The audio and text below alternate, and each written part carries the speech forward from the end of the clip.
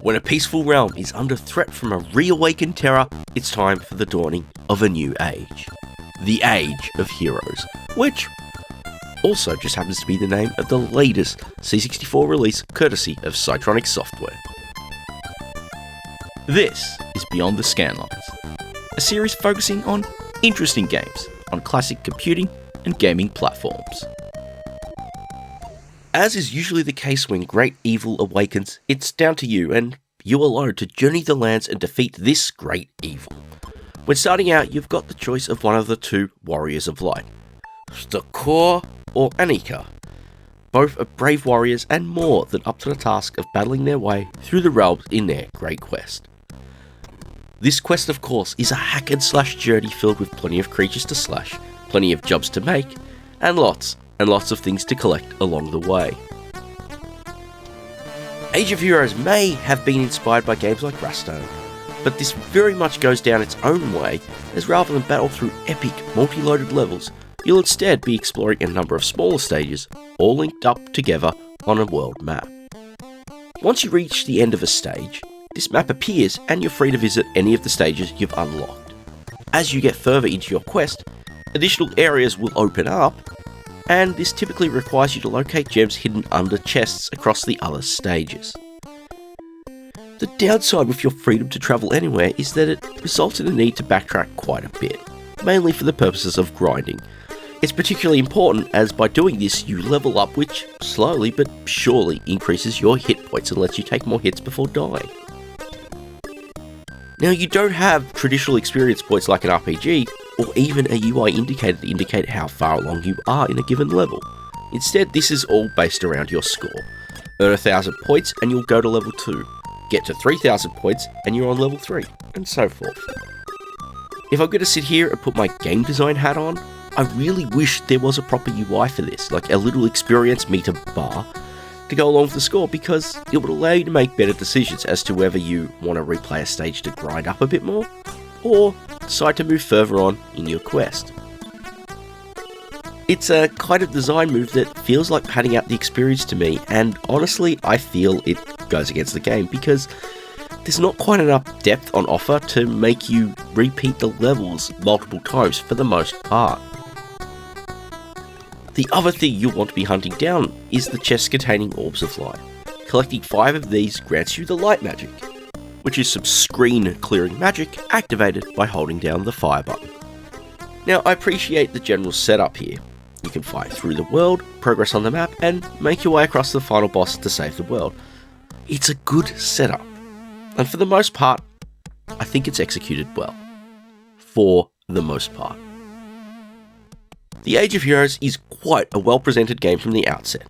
This also extends to the standalone copy of the soundtrack, which it comes with the game as well. It's a nice bonus which allows you to experience it outside of the gameplay.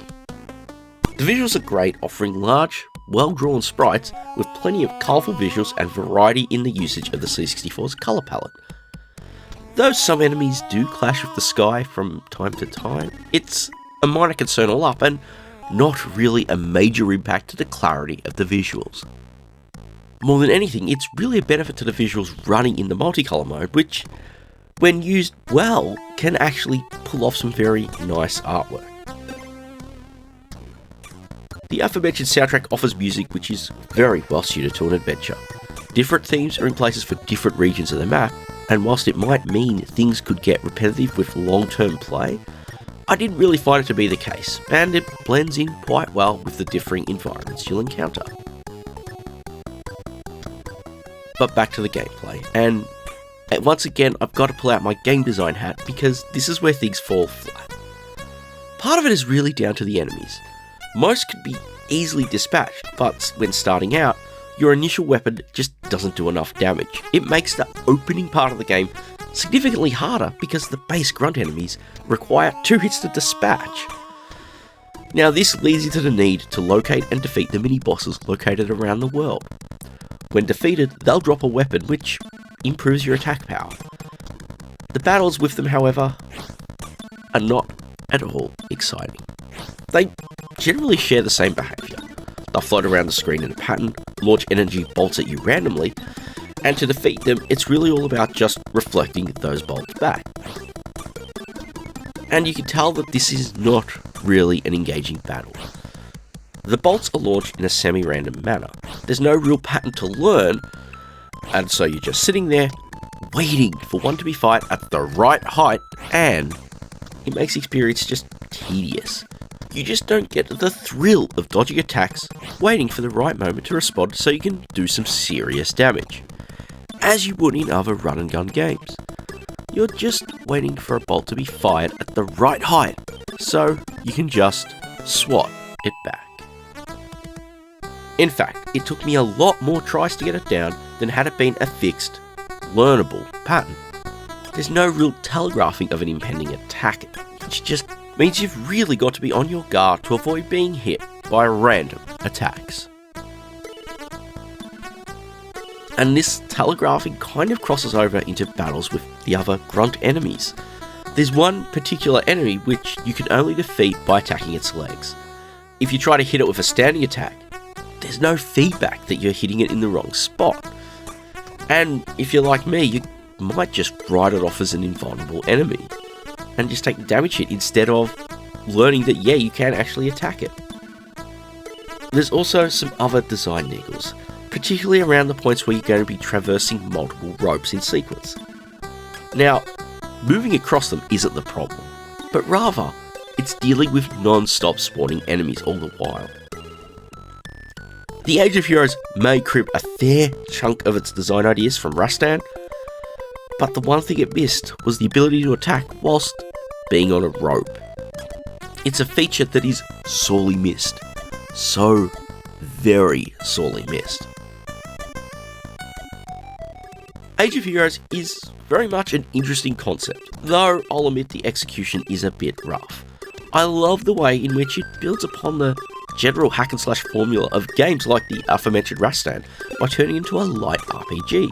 It works quite well, at least for the most part. The difficulty is a bit rougher than I appreciate, especially when starting out, but with time, it's something you can learn and get used to, which was pretty much how I felt with it in the initial moments, and had I not chosen to stick with it, I think this video would have had quite a different tone as a result. Like all of Psytronik's releases, The Age of Heroes is available physically on both disc and cassette, alongside digital downloads, which links will all be provided in the video description. I think it's certainly a game worth checking out.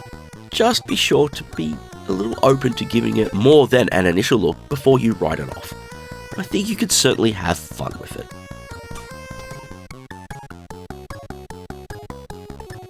Which brings me to the end of yet another Beyond the Scanlines. If you enjoyed the episode, please do hit the like button. It helps quite a lot. And if you've had a chance to give it a spin for yourself, why not let me know what you thought in the comments.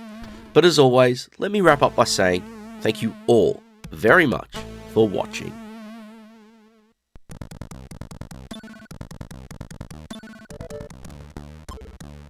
So it's been a bit of a slow start for new releases in 2019, and I'm sure we're going to see more as the year progresses.